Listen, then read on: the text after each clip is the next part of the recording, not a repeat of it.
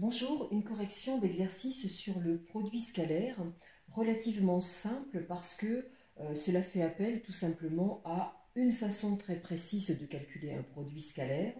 Je rappelle, et vous pourrez le voir dans toute une série de vidéos que j'ai placées dans une playlist produit scalaire, les différentes façons d'aller calculer un produit scalaire de deux vecteurs.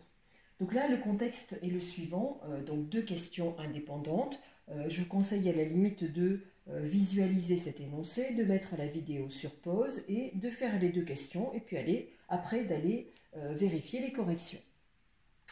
On a donc deux questions indépendantes pour lesquelles dans la première question, on nous a donné les coordonnées de 3 points dans un repère orthonormé et ça va être important de bien valider que le repère est orthonormé parce qu'il y a une façon de calculer un produit scalaire qui utilise des coordonnées avec une formule qui est relativement simple, mais attention, qui n'est valable que dans un repère orthonormé.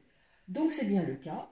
On nous demande de calculer le produit scalaire de AB par BC, et donc ce produit scalaire, eh bien, d'après une relation de cours, on sait que c'est égal à l'abscisse du vecteur AB multiplié par l'abscisse du vecteur BC plus l'ordonnée du vecteur AB multiplié par l'ordonnée du vecteur BC. Qu'est-ce qu'il nous suffit? Il nous suffit donc d'aller calculer les coordonnées de ces deux vecteurs. Le vecteur AB, je rappelle la formule des coordonnées, donc c'est x de B moins x de A, y de B moins y de A. Attention à votre façon d'écrire, on ne met pas de égal ici, on continue le calcul en mettant donc. Le vecteur AB, eh bien, a pour coordonnées, on fait attention au calcul, moins 1, attention, moins 2, ça fait donc moins 1 plus 2 qui donne 1, moins 2, moins 3 qui donne moins 5. Même chose, le vecteur BC, ses coordonnées sont donc x de C moins x de B, y de C moins y de B. Donc le vecteur BC, eh bien, il a pour coordonnées x de C 0, moins 1, attention, donc 1, et puis y de C 4, moins 2, donc 4 plus 2, qui fait 6.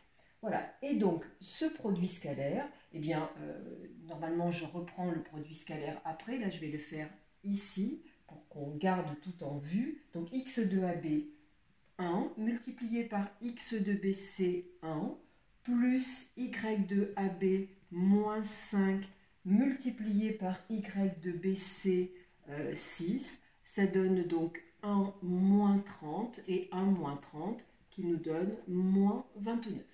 Voilà le résultat de ce produit scalaire. Deuxième question, donc on donnait 4 points A, M, T et puis H, et on demandait de démontrer que les droites MEA et TH étaient perpendiculaires.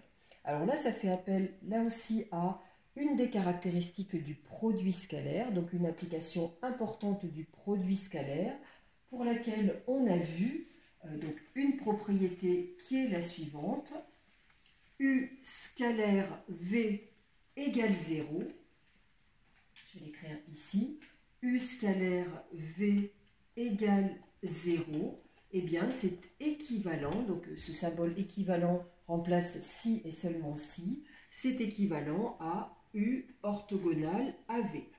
Donc la façon de travailler sur l'orthogonalité, eh bien, peut être d'aller calculer un produit scalaire. Ici, le produit scalaire vaut 0, eh bien, ça veut dire que les deux vecteurs sont orthogonaux.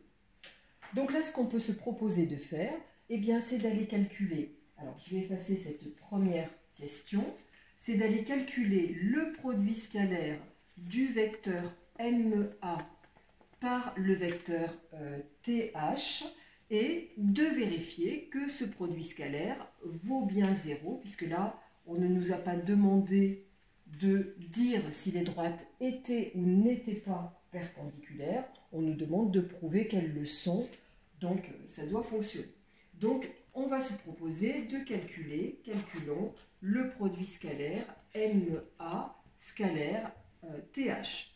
Alors, quelqu'un qui calculerait le produit scalaire de AM et de TH, ou de MEA et de HT, ou de AM et de HT, ça n'a pas d'importance. Ce qu'il faut, c'est que ce produit scalaire donne 0, mais l'origine, enfin la façon de choisir le vecteur MEA, AM, TH, HT, ça n'a strictement aucune importance. Donc, pour calculer ce produit scalaire, donc je sais que, même chose, on est toujours dans un repère orthonormé, donc c'est le produit des deux abscisses plus le produit des deux ordonnées. Eh bien, je vais donc aller calculer les coordonnées de ces deux vecteurs. Le vecteur MEA a pour coordonnées donc x de A moins x de M, y de A moins y de M, et donc le vecteur MEA a pour coordonnées, donc attention, moins 5, moins 1 qui fait moins 6, attention au calcul, hein, et moins 2, moins 3, donc moins 2 plus 3, qui donne 1. Le vecteur, donc on a choisi TH, encore une fois on aurait pu choisir HT, ça n'a aucune importance, x de H moins x de T, y de H moins y de T, donc ce vecteur TH, il a pour coordonnées donc 0, moins 1, donc 1, 8, moins 2, donc 6. Et donc, le produit scalaire de MEA par TH, je vais effacer ici, MEA scalaire TH, eh bien, c'est égal à, puisqu'on a déjà écrit la formule au-dessus, donc le produit des deux abscisses, moins 6 multiplié par 1, plus le produit des deux ordonnées, 1 multiplié par 6, ce qui fait moins 6 plus 6, ce qui donne 0. On en déduit donc que les deux vecteurs MEA et TH sont orthogonaux, et on en déduit donc que les droites MEA et TH sont perpendiculaires. Voilà, donc quand on est dans un repère orthonormé, quand on a les coordonnées de tous les points, c'est pas bien difficile d'aller calculer un produit scalaire, et c'est pas bien difficile d'aller prouver que des droites sont perpendiculaires. Il suffit de se ramener à un calcul de produit scalaire. Voilà, je vous donne rendez-vous pour une autre correction d'exercice sur le produit scalaire, ce qui vous permettra d'emmagasiner quelques exercices relativement basiques et relativement classiques qui permettent de mettre en œuvre ce cours sur le produit scalaire. À bientôt, au revoir.